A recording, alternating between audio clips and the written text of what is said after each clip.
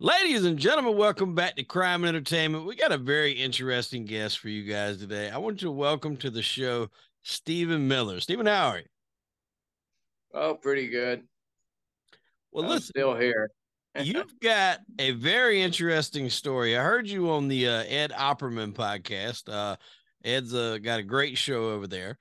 So I'm an avid listener, and I heard your story, and I reached out to you on Facebook. I had to track you down.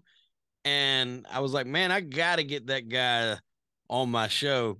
Kind of before we dig into your story from the beginning, kind of just give like a little overview of, who you are, what you got involved in, and the outcome of it. Okay, well, I grew up in a small farm near a small town in the Midwest in Illinois, and went to college 68, but Vietnam was going on, and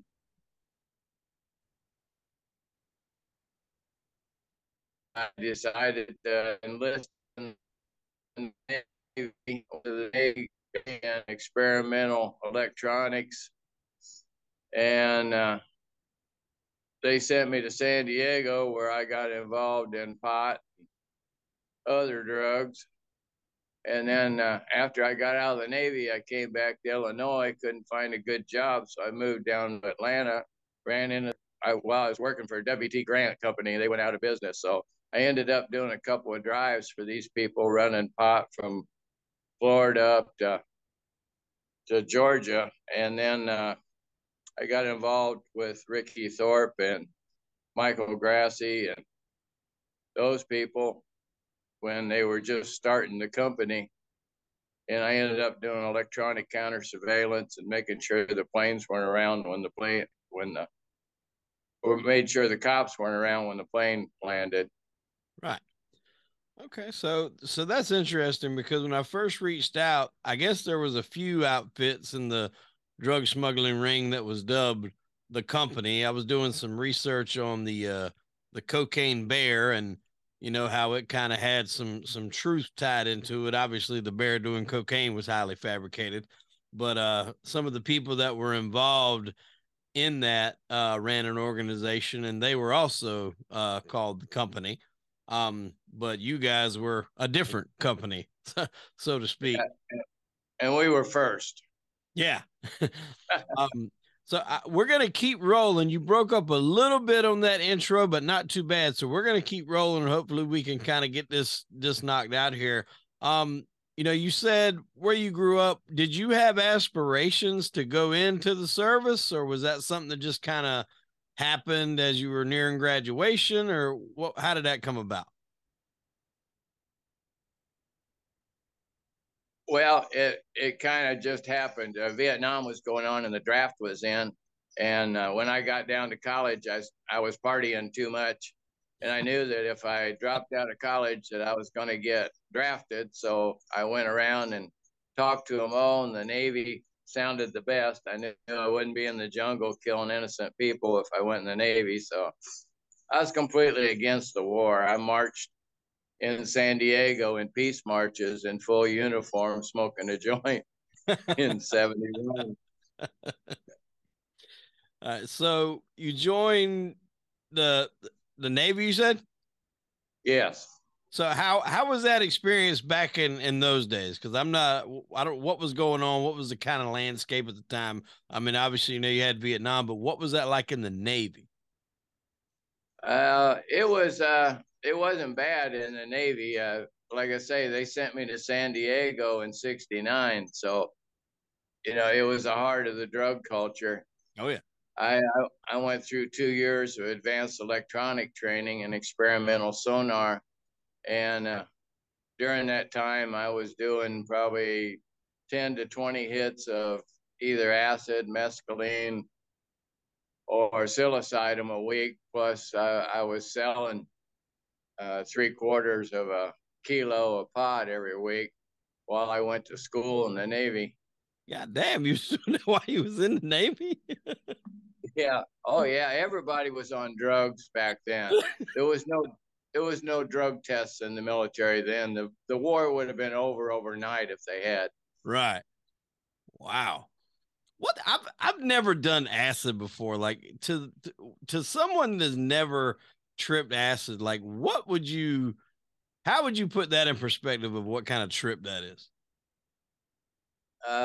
It's a very enlightening trip. It enables you to step kind of out of your body and look at yourself as other people would see you. Mm-hmm. I found it very good. It really helped me, and I enjoyed it. In fact, I until I came here to the island, I would trip at least once or twice a year just to clear the cobwebs out of my head. But in my later years, I go with the organics. Um,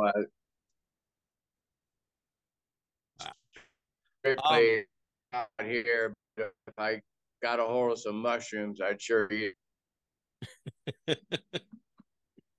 Now, did you ever have a bad trip? Because I've heard that when you have a bad trip on acid, that can really bend your mind around. Well, I've had parts of trips that were bad, but you learn to control it Okay. with frequent use. You learn to control it.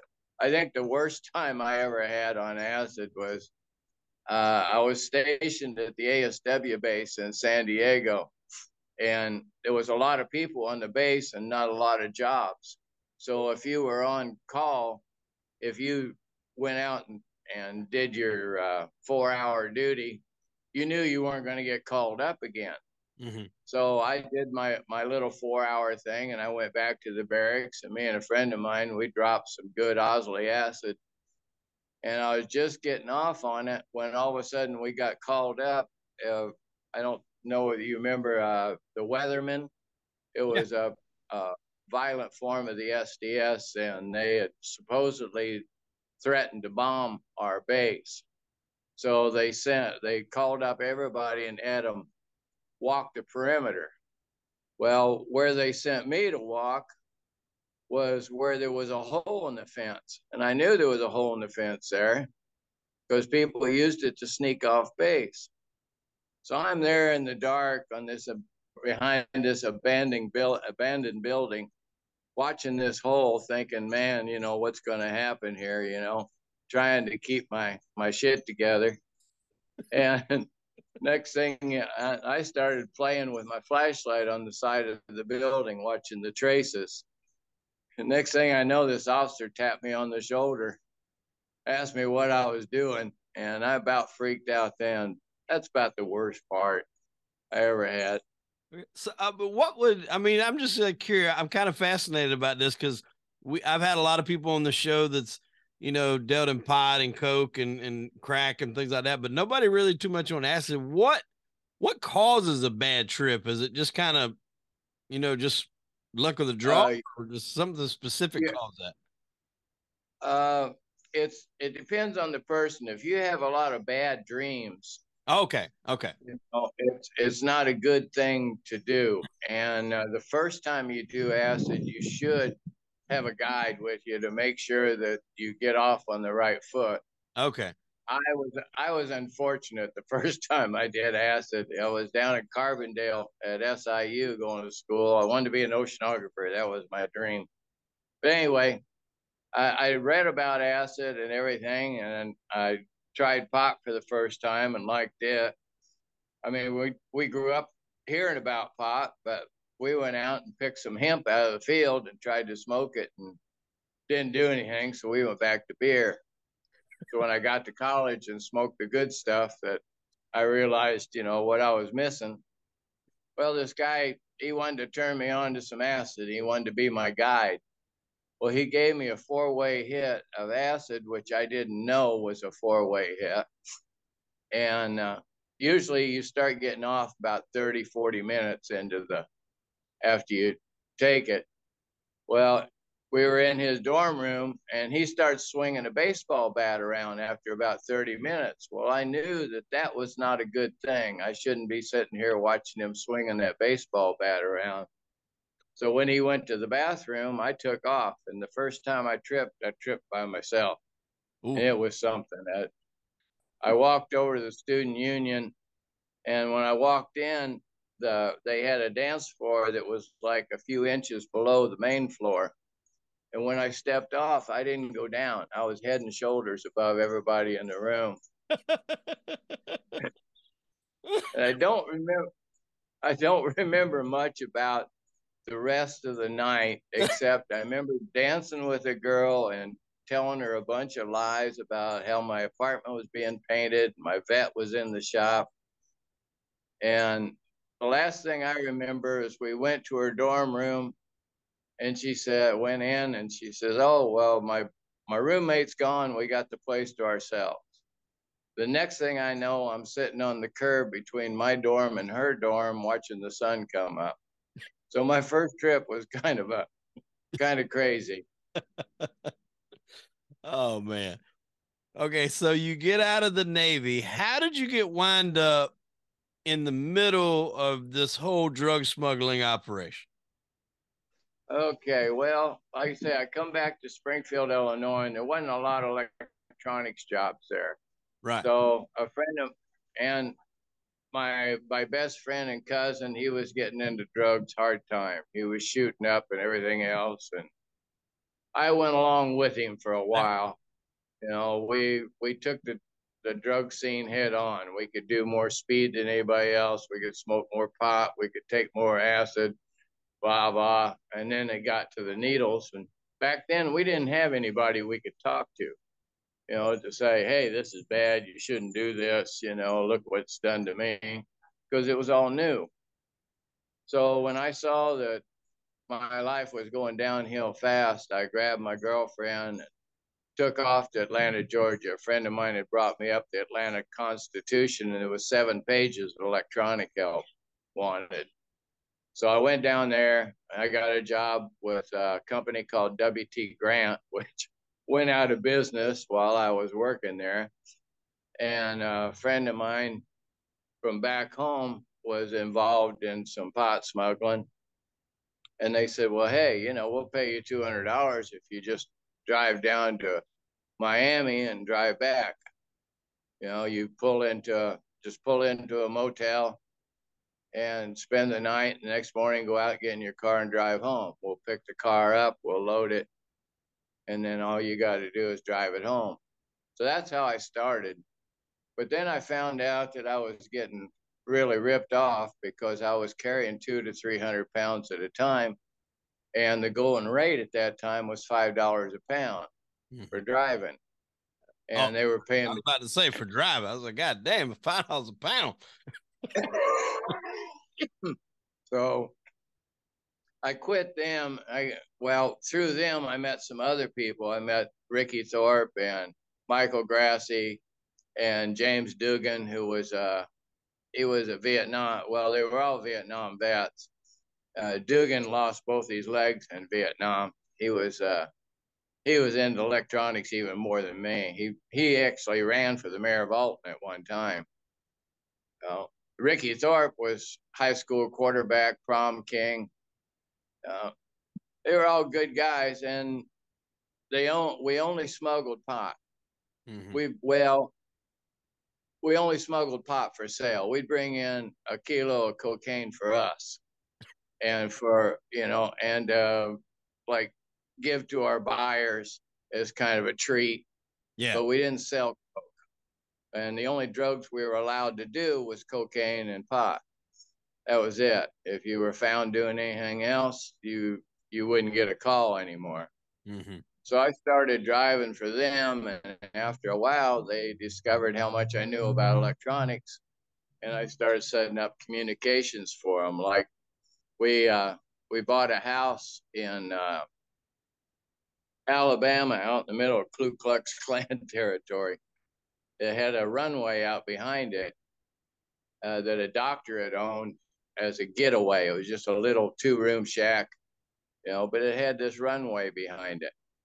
So I was assigned to take care of that place since I was a small town boy, and these other guys were all city kids. They needed somebody that could get along with the people out there.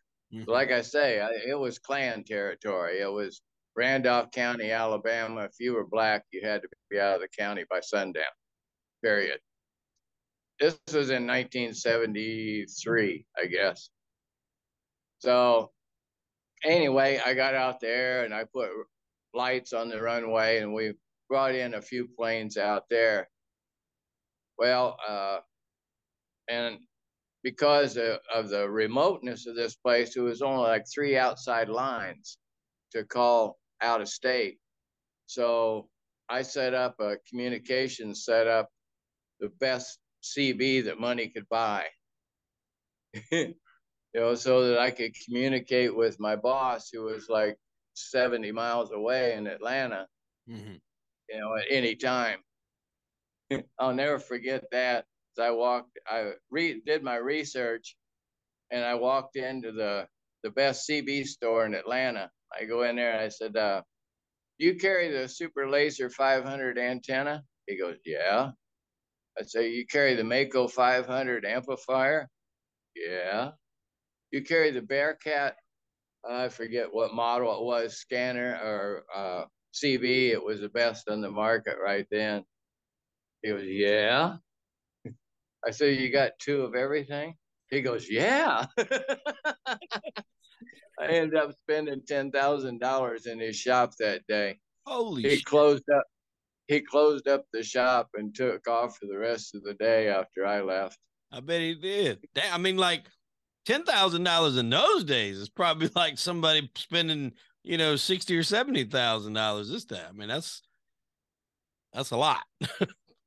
Yeah, it was the best CB the money could buy. I never ever heard anybody on that CB that I couldn't talk to. I've talked to South America on that CB because it was back when they just started synthesizing frequencies. Right. So I had the CB altered to where I could get up into the shortwave band. Mm-hmm. And I could actually talk to South America sometimes. Wow, that's but I could insane. I never had any problem talking to anybody that I heard on the CB. Now, where was this pot coming in from? Colombia. So what was it, like Colombian Redbud, or what was it? Oh, bud, the best. Wow. It'd come in about 65 to 75 pound bales. Okay. They used commercial trash compactors to make the bales. And we started out with small planes, but toward the end, we were using a DC-4 that we actually bought at a police auction.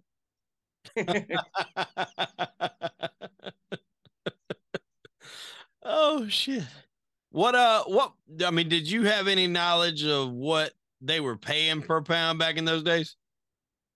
Yeah, we were about $260 a pound then. And then what was the resale value per pound back on the street? Oh boy, back then it was going for about $30 an ounce, I think.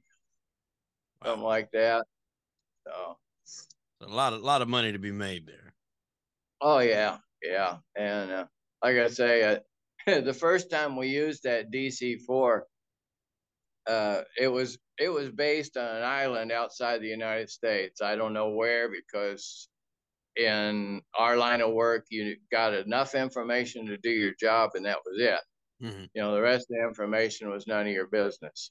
Right. Well, that works anyway, because if you get popped, then you can't really blow a lid on an operation if you don't know what the hell the operation is consisting of. Exactly. And so they would file a flight plan from this island to Colombia and back. On the way to Colombia, they would take all the seats and the carpet and everything out of the plane and throw it out the door. When they landed in Colombia, they completely fill it with pot. Then they'd fly under the radar to the United States. Sometimes it was a layer of salt underneath the plane. That's how low they flew. Wow. And then when they got to the United States, we'd offload the pot and load on new seats, new carpet, and vacuum cleaner, so that they could put the seats back in and put it all back to normal before they went back to the island. And then they'd fly out, fly back to the island, refuel the plane there too while we were offloading. So if anybody happened to want to take a look at it at a glance, the plane would appear to be normal. Completely normal. Like I say, we had heavy duty vacuum cleaners and brand new carpet, brand new seats every time. So where we y'all just had like a steady supply there? You would just continuously buy those, or you'd reuse the same set of upholstery? We continually buy them, I think. Wow. Is what they told me. They said they threw the seats and stuff out the doors when they were flying to Colombia. So somewhere floating around was like a shitload of plane seats out there in the middle. Yeah. The first time we used the DC-4, it was too big for most of our little runways, so we did a deal with what they call a daylight strip. One of these little airports that's only open during the day. Mm-hmm. And I put the lights out on the strip. I carried 1.75 miles of lights in the back of my truck.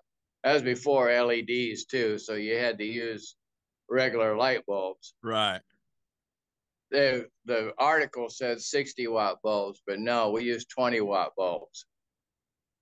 Was on the. But anyway, I would sit out there, and then I would use my equipment to monitor any radio transmissions in the area. I had 5 police scanners, programmable scanners, monitoring different levels. I also had a setup with a frequency counter and a preamp where I could pick up anybody transmitting on any frequency within a mile of us.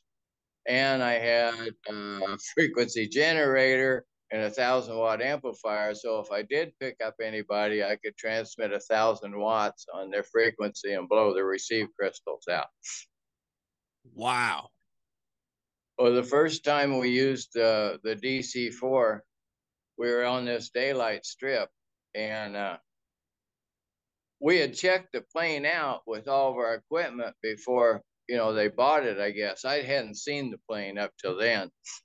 But the pilots that were going to fly to the island to get the plane and fly, I gave them another piece of equipment that had just come out to scan for bugs that we hadn't scanned for before. Well, when they flew to Colombia, and I guess they were busy throwing the seats out the door on the way to Colombia, so he didn't have a chance to use it. On the way back, he used it, and he picked up something. He found the bug, and he threw it out, but they weren't sure that they weren't being followed. So they did some evasive maneuvers in that. These are all Vietnam combat pilots that I worked with. Right. And they did some evasive maneuvers, and the plane was supposed to come in about 2 a.m. Well, it didn't show up until about 4 a.m. So we're sitting out on the runway, and the sun is starting to come up. There's a dairy farm across the road from the place. We got 5 brand new 4x4s sitting out there, plus a semi tank truck loaded with aircraft fuel. And I'm sitting there and near the end of the runway, because my job was to monitor, and then when the plane came in, I pulled my truck out to block the end of the runway, so if there was a plane following them, they'd have to hit me or pull up. So anyway, we're sitting there waiting and waiting and waiting, and it was getting crazy. Everybody was wondering what was going on.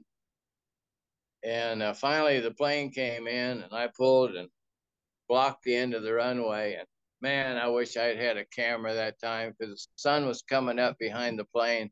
There's like 5 people standing on the wing of the plane, passing bales of pot down. We could unload a DC-4 in less than 20 minutes and refuel it, and you have it back off the ground. A small plane was off the ground in less than 10. So y'all had it down. I mean, y'all were a well-oiled machine when everything was running correct. Hey, they would have never caught us unless they hadn't infiltrated our group. Well, You that know, was that was kind of what I was leading into next. Like before, the infiltration. Did y'all? I mean, were they paying off cops in the area? Was there a cop presence? Were they trying to oh, look into you guys? What was the cop I landscape? I am sure that they were paying off the cops. I mean, we knew everything the DEA was doing. Right. We were always one step ahead of them, and we had more money than they did. We bought the best equipment and everything. Uh, the place in Alabama that I was talking about, we knew that they'd found out about it. They had my people had hired this guy who was he had a name in Georgia, kind of like Donald Trump. Everybody thought he had money, but he really didn't. Yeah. And they used him to buy land for our landing strips and that. Well, I guess the DEA got to him and they found out about the strip in Alabama. So we quit using it. We knew that there was two DEA agents hiding in the woods every day and night watching the place. And like I say, this is Randolph County, Ku Klux Klan. So they had to drop them off at night and pick them up at night. And they had to spend 24 hours out there in the woods. So, and we knew it. So what the hell, we know where they're at. We're not doing anything there. Fuck them. Let them. So I moved all my ill-gotten gains. I invested my money in antiques as a hedge against taxes. I had a buddy that was in the antique business, and he would sell me an antique at a low price, and I'd pay him what it was worth. And anyway, I stored all these antiques there at the house in Alabama, plus all my electronic equipment, my car, my boat, 5 motorcycles, and like I say, the CB equipment and that. There was like close to $200,000 worth of stuff in this house. And I raised, also had trained German shepherds. But Memorial Weekend, uh, my boss calls me and says, "Well, don't worry, we're not going to do anything. If you want to take some time off, now's the time to do it." Because usually we worked every holiday. Christmas Eve, I was out on the runway. New Year's Eve, I was out on the runway Well, because that's it because was the most best time. cops are off, not doing anything. Right, Yeah. right. So anyway, I just bought a new 4-wheel drive. So I loaded up my girlfriend, took my dog to the kennel, and we took off to Florida for a little 3-day vacation, 4-day vacation. When I come back, the DEA had burned my house, my car, everything. I lost everything I owned in the fire. When I came back to Atlanta, I was freaked out, because I didn't think that the government would do something like that. And we didn't have any enemies. I mean, I knew several pot smuggling organizations. We were all friends. Yeah. If we didn't have the product, we get it from them. If they didn't have it, they get it from us. We partied together. Yeah. There was Well, enough weed heads out there for everybody to make money. There was no need for a turf war or anything like that. right. And we didn't sell down there at all. All of our pot went to the Midwest. It Okay. went to Ann Arbor, Michigan, Chicago, St. Louis, How did y'all Missouri. distribute to those areas? Huh? How We did y'all drove. distribute from? Oh, you drove? Yeah. Usually in the beginning, when I was with them, it was 4-wheel drives, pickups. And there's another story there, but yeah, we'd drive it that way. And then later on, we started using semi trucks and stuff because like to say, they called us the company. At that time, when I left them, we owned an airport, a trucking company, a real estate company, a real estate limousine company. That's about it I think of right now. They they got a lot bigger later on. They owned 3 airports, according to the article that I read at the end. was freaked out about the fire and that. So I told my people I want to go home to Illinois and think about this. This is getting too real here, you know. Mm-hmm. So I went out for the night and in another smuggling pot smuggling deal. And we met at a bar and we had a few drinks. And I mentioned to him that I just bought a camper for my 4-wheel drive. And I was going back to Illinois and asked him if he wanted me to take anything back there for him, for his family. Well, I guess he was being followed by the DEA, and they overheard the conversation and thought that I was taking a load back in the camper. So the next morning, the local cops come busting into the cabin I was renting, saying that a local person had seen me with a large amount of marijuana, and they thought I came in, I got busted with 5 ounces of grass, I think 7 grams of hash, and a few hits of speed. And they threatened me with all these times, and they wanted me to roll over and help them bust my organization. And they came in, they told me lots of stuff. They told me who was riding in the truck with me on what nights and where. But everything they told me that they were never at the right place at the right time. See, when we brought in a plane, we had 3 runways manned, not just one. So nobody knew where it was going. Anything fishy on my equipment, right? The people on the other runways knew nothing about the other runways. The only people that knew about all those enough that my equipment could cover them, you know? Right. So if I heard anything fishy, I have a few clicks on an aircraft radio, and the pilot, then it was up to him which of the other 2 he was going to land at. So they were never at the right place at the right time. There was several times we knew they were there, but we were on our own land, just sitting around doing nothing in the middle of the night. We weren't breaking any laws. They couldn't do anything. But like I say, they brilliant setup you guys had. I mean, that's to have 3 runways, all of them completely manned. Nobody really knows. It's not a predetermined destination. So even if somebody decided to flip, they wouldn't be able to tell the cops, DEA, feds, or whatever, hey, they're coming here, because they wouldn't know. Right. That's why they concentrated on me, because they found out that I was getting privy to the information on more than one runway sometimes.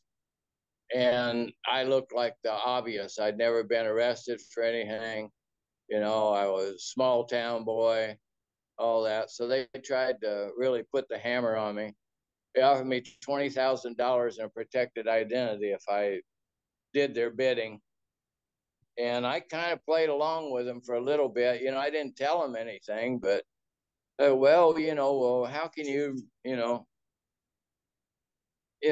you protect me? Oh, we already got a guy in there and he's being protected and all this. So my girlfriend, she managed to get a phone call out to my people, and they sent a lawyer up there real quick and got things settled. And in fact, if you check, there's no sign I was even arrested up there, because I think they paid off the judge. But after that, my people took me down and they gave me and my girlfriend a lie detector test to see if we had told them anything.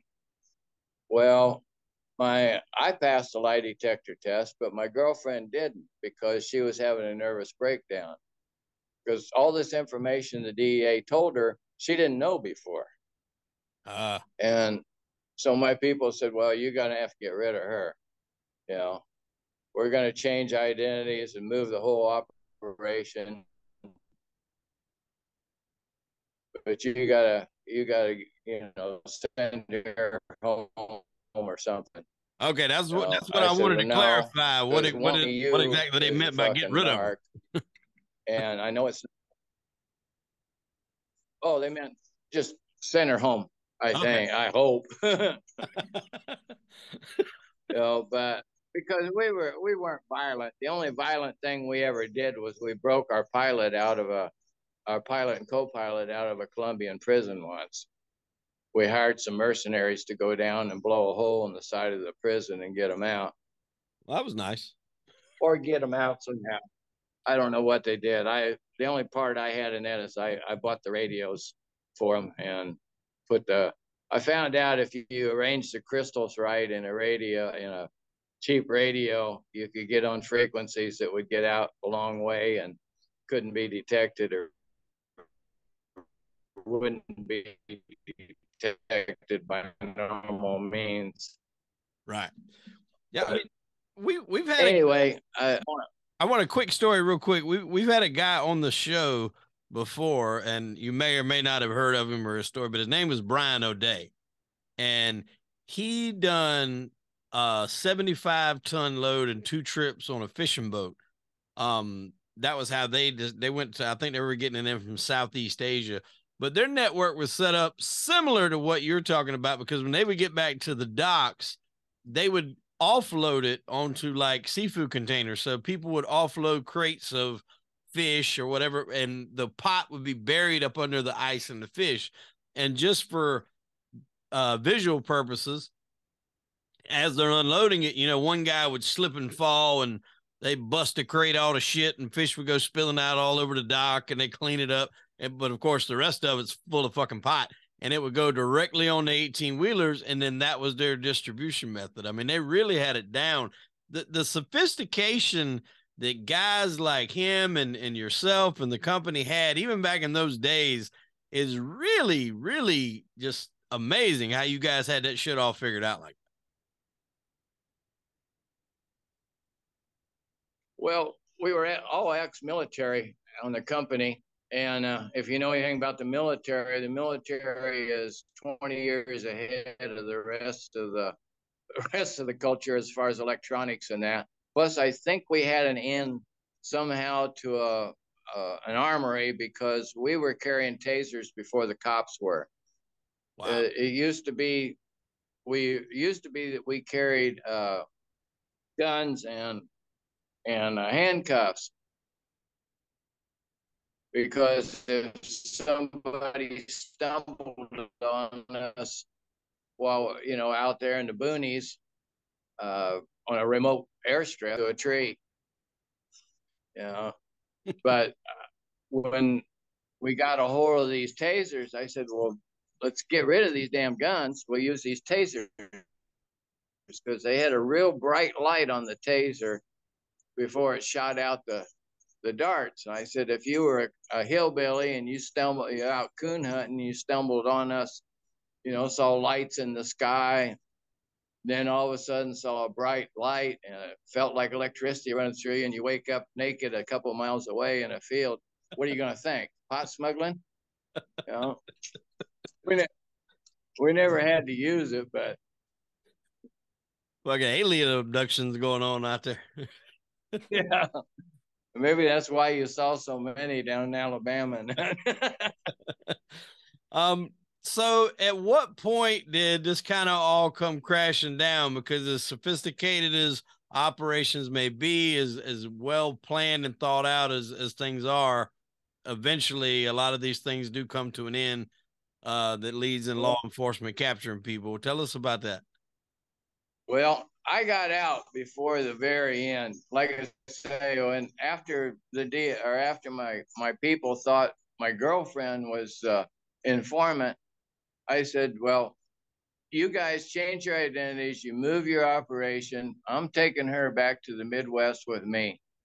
We're both leaving because there's somebody here I can't trust. Right. They thought it was her, but I knew it wasn't. So I said, well, I'm going. I've retired. So I took off and I went back home to Illinois.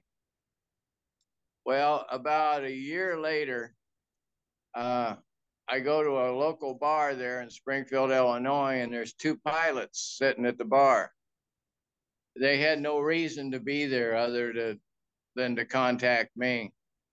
So I went down and I talked to them, and they said, Steve, the shit's hit the fan, and your name's on the shit list. You know, if you don't want to be bothered, you better hit the road now.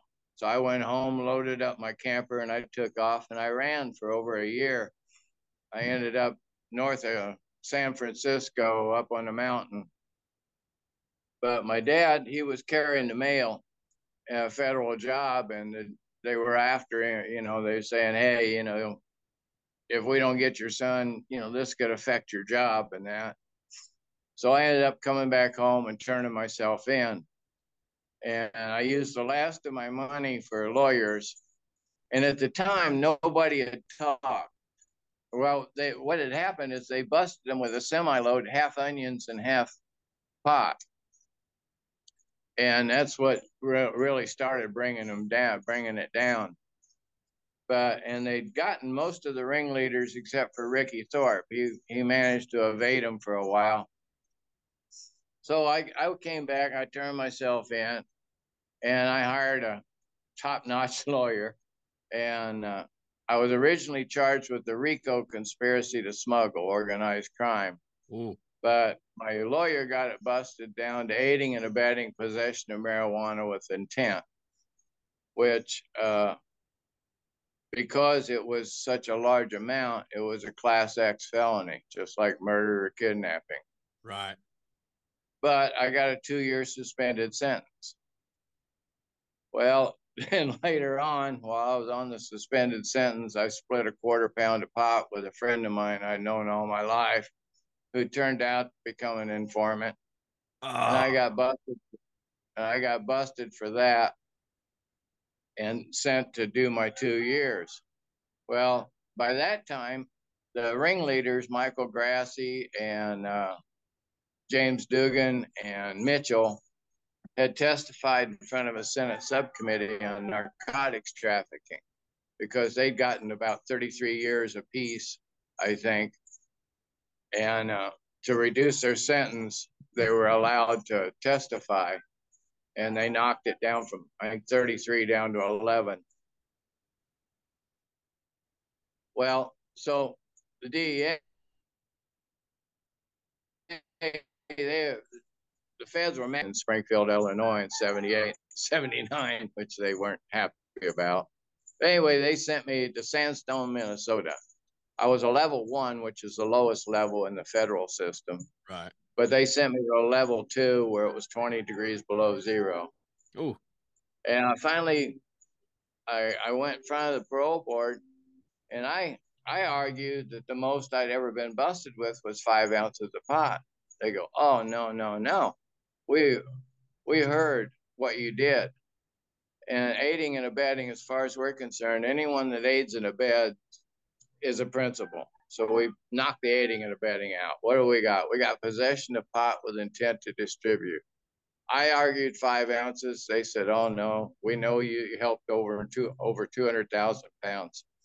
So we're going to set your guidelines with that. So not only are you going to do your full 2 years, you're going to do 2 years on special parole, which meant if I got busted any time during the 2 years, I would go back for 2 years and then come out and do 2 years on special parole again. It could turn into a life sentence. Right.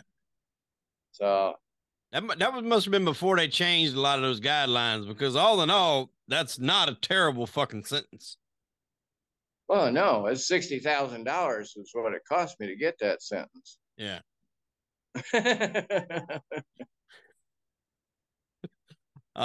So you did the time and got out?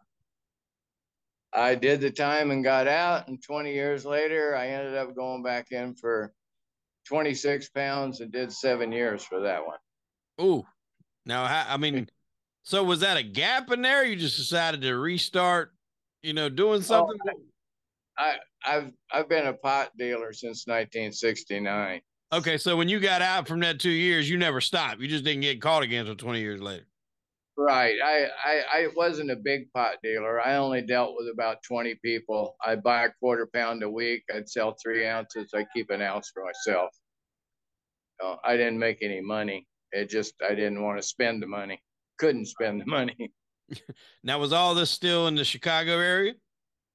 No, this was in around Springfield, Illinois, Oh, out Springfield. in I'm sorry. Yeah, Springfield. Yeah. I went to school at New Berlin, pretzels. Okay. um. So all those other guys that were kind of running the company, Ricky Thorpe, Grassi, all those, they wound up getting 30 plus years each. Uh, yeah, I'm not sure on each one of their sentences. I know Michael Grassi. That's the one I was closest to was Michael. He was my boss there in Atlanta. Okay. And Ricky and James Duggan would come in every once in a while and make an appearance, but then they mainly stayed somewhere else. And Mitchell stayed in Illinois all the time. He was in charge of distribution back there. You know, we were in charge of getting it into the country. You know, after that, it was somebody else's problem. Well, I mean, and that's kind of genius that you have certain people that are in certain areas, but then you guys, I'm sure, had no idea who was driving those pickup trucks. They probably didn't even know who the hell they were dropping it off to. I mean, everything was very segregated per phase of the operation. So it's brilliant in that aspect. I mean, obviously, it still did come crashing down, but you know that did keep probably when one person does flip, there's only a limit of so much they can tell you. And eventually, if somebody holds off and doesn't talk, then the operation is going to stonewall. Right. Right. That's where they were hung up. I mean, this guy, he worked with the company for over 2 years before they finally brought him down Mm-hmm. because he didn't know what was going on. He was very rarely was he ever out on the runway. Right. He was a family man. He was an older guy. He wasn't military like the rest of us. You know, in the military, everybody has their job, and you don't interfere with somebody else with their job. You don't ask questions, and that's the way we ran it, and it worked good that way. In your time with the company, how much money would you say you probably made? Oh gosh, I don't know. I blew a lot of money. How did you blow it? Uh, just being well. For an example, if I went into a bar, the first thing I did was tip the waitress $100. Right. Yeah. That way, I knew I had the best service in the place, and I also knew that maybe if a cop came in, she might come over and mention it to me. You Yeah. know, and I paid for people's apartments and like that, but mostly I spent it on those antiques and toys. Motorcycles. I had a nice ski boat, and I had the best electronics setup you ever saw. I could have opened my own business with that. I probably made. I mean, God, I hope the statute of limitations is out on that. I probably made a good $200,000 at one time. I was never a lot of money in the bank anywhere Right. because you didn't put your money in the bank.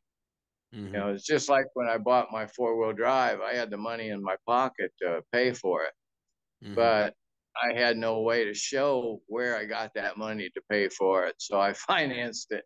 Yeah. Well, that's smart. I mean, yeah, you don't want to have to start answering questions of where all this money's coming from. I mean, was it a party scene back then? I mean, at the time, were you still dropping acid? Were you doing blow? I mean, what was the party scene like?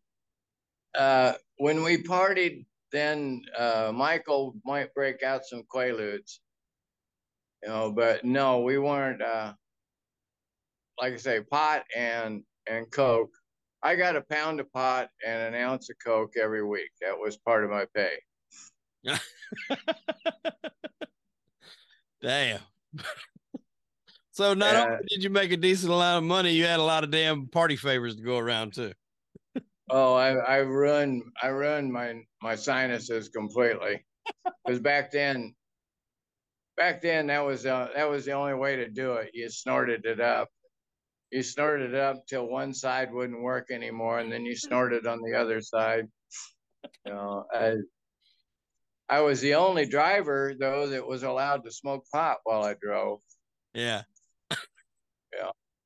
What But about, everybody, we always had Coke. We did lots of Coke. We rented the most expensive suite in the Omni International Hotel in Atlanta for a birthday party. Get this, for the fucking informer. oh It shit. was it was his 60th birthday, and we rented this 5-bedroom suite on the top of the Omni International Hotel for this guy for his birthday. Wow. And He was informant at that time when y'all did it?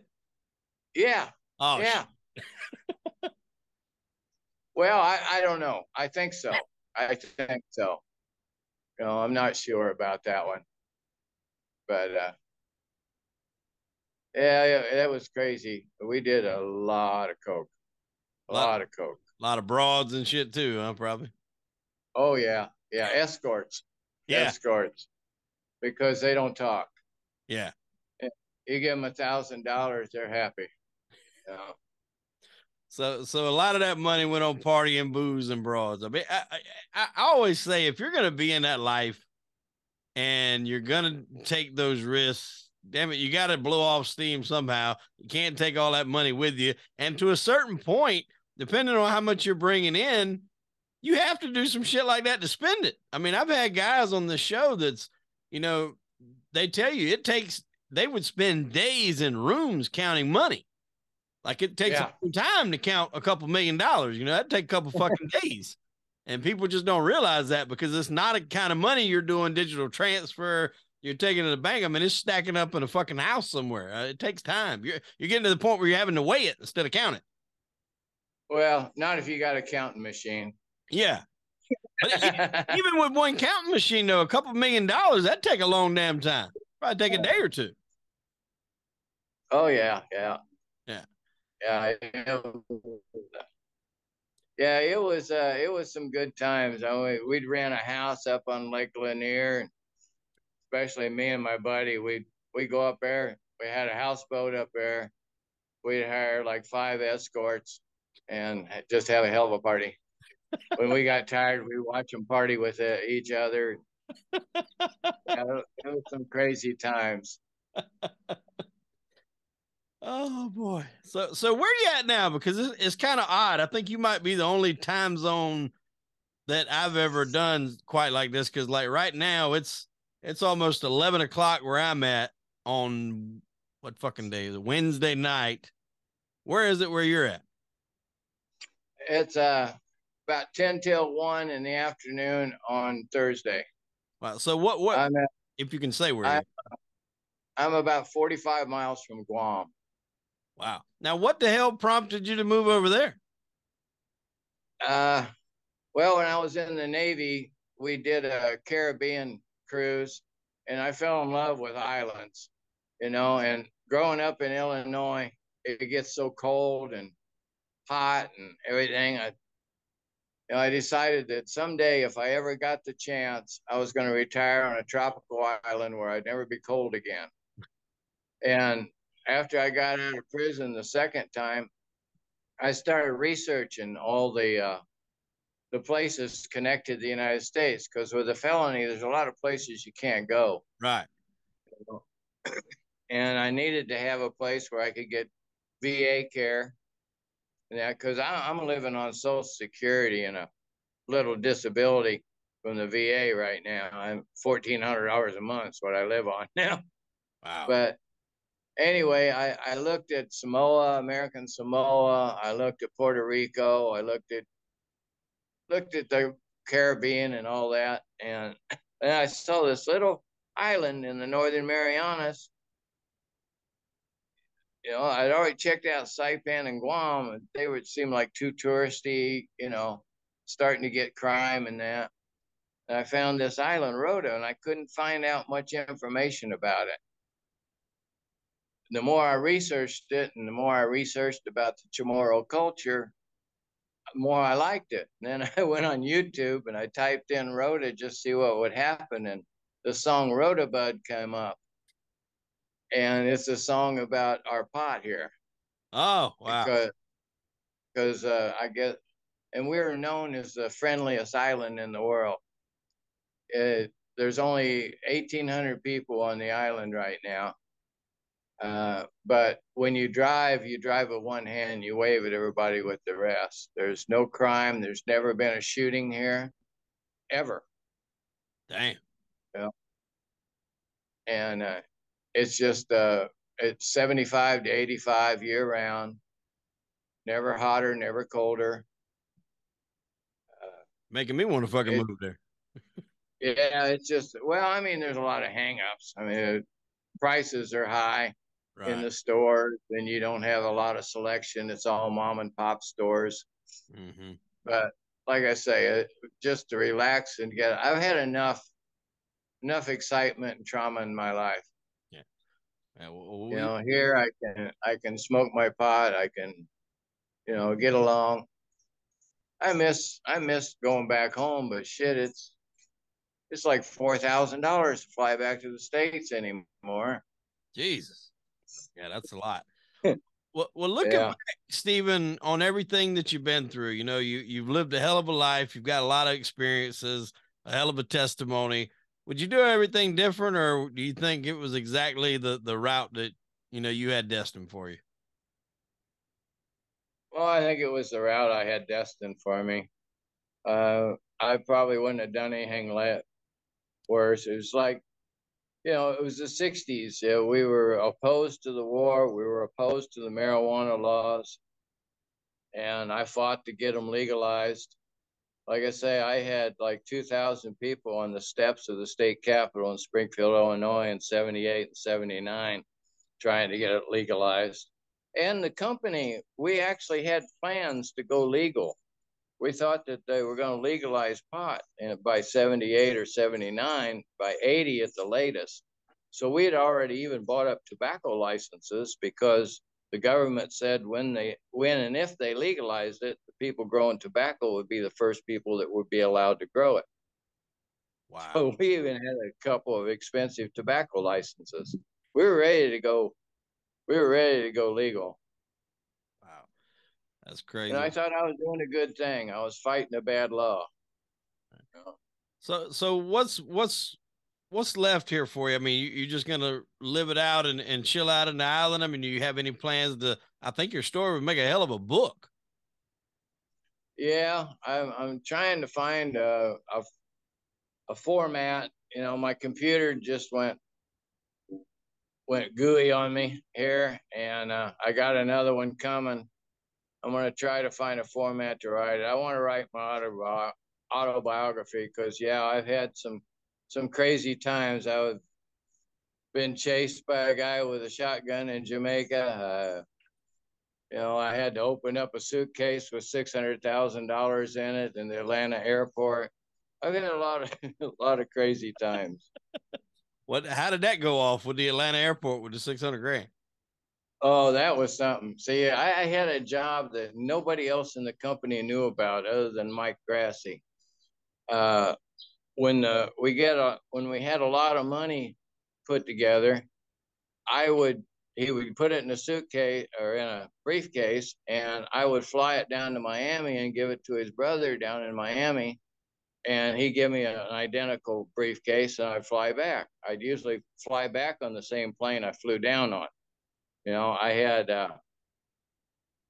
ID made up that I was a fail-safe security systems. That was my company on record.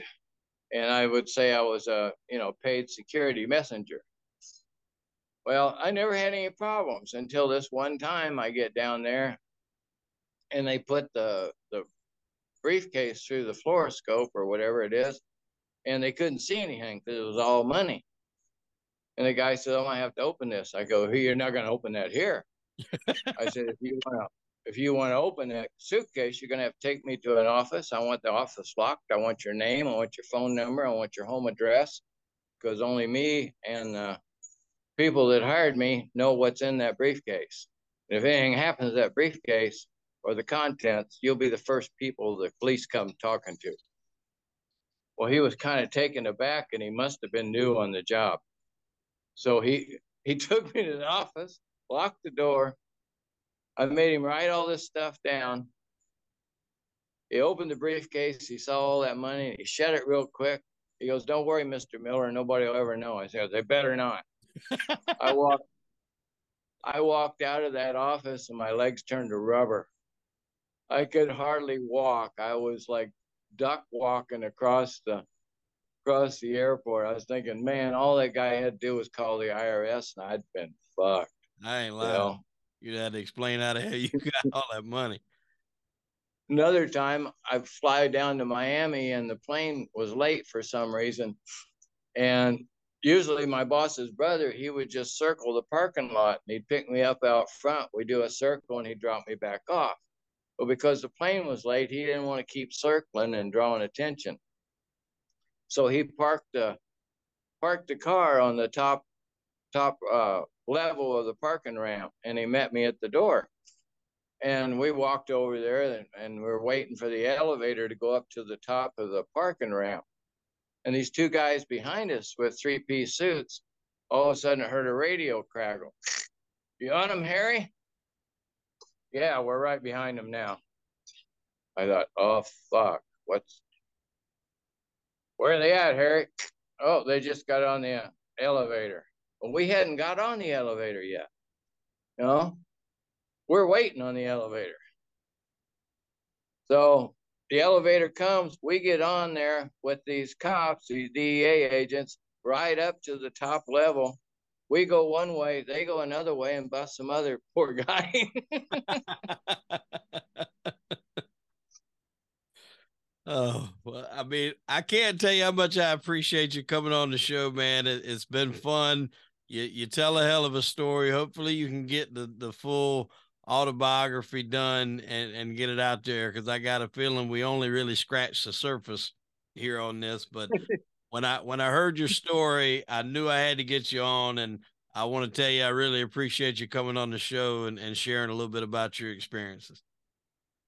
Yeah, when you're in your 20s, adrenaline's a hell of a drug. Yeah, it is. And when you're sitting out there on the runway waiting for that plane to come in, you'll never feel more alive in your life. Yeah. Well, we certainly wish you the best going forward, man, and anything you choose to do. If you ever would like to come back, if you do get that book going and promote it, you're more than welcome. You got a lifelong invitation, my friend. I certainly appreciate you coming by. Well, thanks a lot, Chip. And whenever this is, send me links to where this is going to air. Absolutely, I'll do that. Probably I I'd say a appreciate week or two, and I'll get it up, because I've had a blast. I've had a lot of laughs, and we'll put it up on YouTube. We'll put it on audio, so it'll be out there for everybody to see. I really appreciate it. All right, I appreciate it too. Well, ladies and gentlemen, I'm Hollywood Wade. That was Stephen Miller, and unfortunately, we are out of time. Tune in next week for an all-new episode of Crime and Entertainment. David, we'll see you, my friend.